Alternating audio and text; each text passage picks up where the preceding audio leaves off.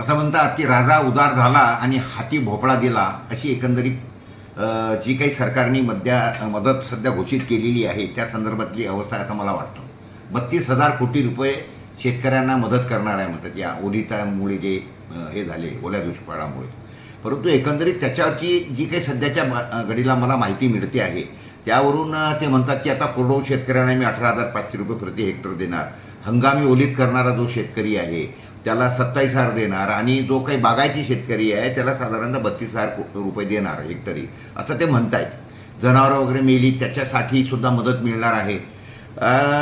त्याच्यामध्ये सगळे NDRFची मदत असेल, HDRFची मदत असेल, आलं लक्षात. त्याचबरोबर जी मदतीची मर्यादा आहे त्यांनी 2 हेक्टरवरून 3 हेक्टरपर्यंतही केली आहे असंही एकंदरीत या सगळ्याच्यावरून दिसतं. मी एकंदरीत यावरून फक्त एवढंच सांगतो, एक म्हण आहे की लबाडांचं आवतण जेवल्यावर खरं. कसं आहे, मागच्या वेळेला जे सरकार जेव्हा याच्या सत्तेमध्ये होतं त्यावेळेला या सरकारने शेतकऱ्यांना कर्जमाफी दिली होती आणि अक्षरशः दोन्ही हाताचे 10-10 बोटांचे अंगठे, बायकोचे अंगठे वगैरे, बोटाचे ठसे वगैरे सगळे घेतले. 6 लाखच्या वर शेतकरी आहेत की ज्यांना अजून ते कर्जमाफी मिळालेलीच नाही.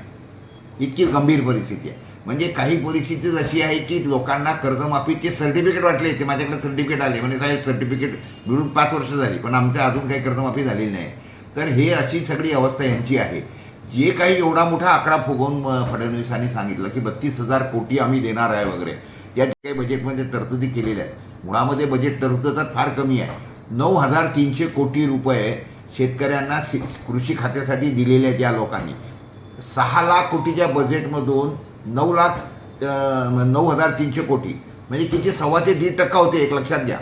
त्याच्यामुळे हे सगळं मी जे बोललो ना की तसं लबाडांचं आवतण जेवल्यावर खरं, अशी एकंदरीत परिस्थिती राहणार आहे. आज मी हे शेतकऱ्यांना सांगून ठेवतो, यांच्या नादी लागू नका. हे फक्त कसं आहे की कुकरचं झाकण उडून जाऊ नये, फुटू नये म्हणून मग काहीतरी तात्पुरतं काहीतरी बोलायचं, अशातले यांचे विषय आहेत. त्यामुळे आपण येणाऱ्या दिवसांमध्ये हे सगळं बघूया काय काय होतं आहे. परंतु एवढंच तुम्हाला सांगतो, रस्त्यावर आल्याशिवाय काही उपाय नाही हे मी आज सांगून ठेवतोय. नमस्कार.